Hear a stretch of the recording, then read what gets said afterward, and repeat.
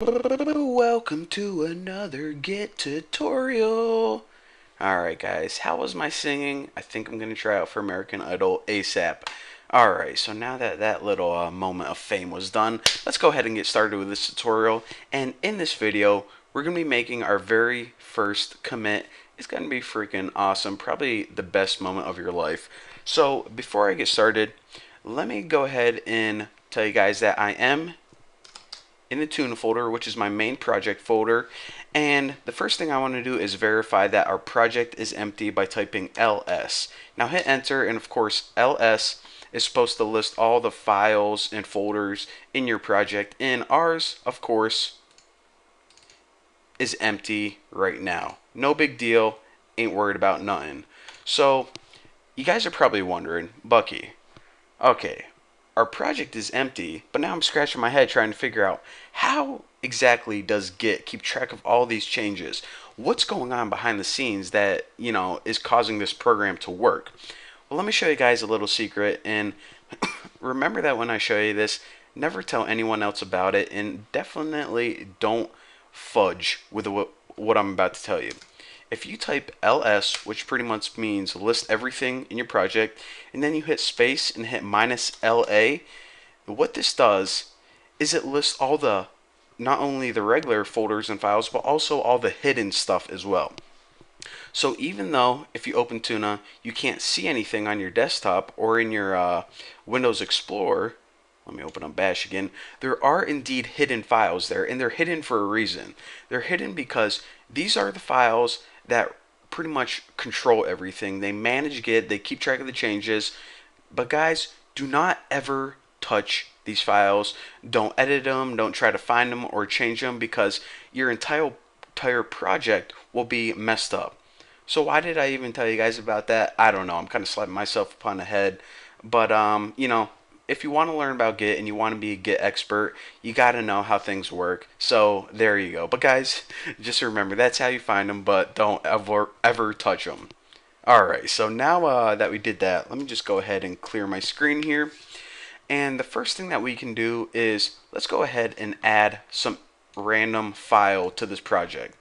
So I'm just going to be making a text file. So open up your text editor. I'm using Notepad++, and write the dumbest thing that you can possibly think of. What's mine? Let me think. I am Sam and I like ham. Wow, I should have really took some time to think about this before I made this tutorial. But anyways, that's the dumbest thing I can think of right now. And I also want to put something like this is our first commit. So now let's go ahead and save this. I'm in my Tuna project folder right now, and let's just save this as first.txt. So now this is our first text document, and as you can see, we now have a file in this Tuna project called text. Pretty freaking sweet. But now we have to go back in Bash and say, alright, we downloaded Git to keep track of changes in our project, so let's go ahead and figure out how to do that right now. So the first thing that we need to do is let Git know that we made some changes to our project. And to do that, press git add space dot or period. Now what this means is basically add all of the changes that we made to our project.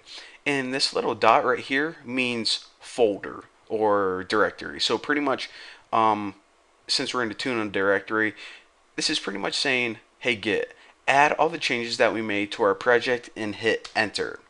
And now what it does is it's aware that we made changes, aka we added a file to this project. But in order for Git to keep track of the changes, we actually need to go ahead and commit these changes. Alright, didn't we just do that? Well, not exactly. It's a two-step process. Now, whenever you make a commit to Git, what you're telling Git is save this point in time. So whenever we make a commit, it's like taking a snapshot of that point in time. And anytime later you mess up, you can come back to that point in time, kind of like redoing it. So let me go ahead and show you guys how to make a commit right now. Git commit -m, and what this does is this git commit takes a snapshot of this point in time, so if we ever mess anything up, we can come back to it. In this -m, and what I'm about to write right here inside quotation marks, let's just put something like, this is our first commit. This is just a message, because whenever you're looking through all your snapshots to figure out where you want to go back to, you always want to put a message to see where you've done, because if you just have a bunch of things like, I don't know, if you're just looking at the dates of it, you're like, all right, is that where I fixed the code? Is that where I fixed the bug? Is that where I want to go back to? If you have a very detailed message, then you go, oh, that's what I did on that commit. So we're going to be talking about messages more in detail about later on, but just remember, every commit, whenever you hit enter, is pretty much a point of time, or a point in time that you can save and come back to.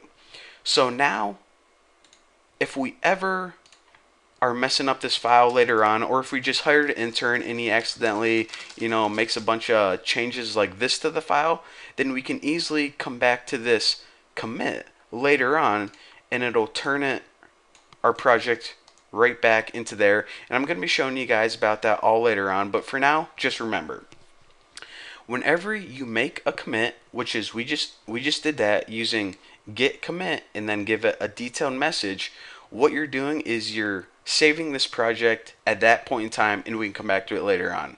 So pretty freaking sweet, and that's what we're going to be basically doing in these upcoming videos, making some changes to our project, adding the changes, and committing them. So if we mess up later, we can come back to there.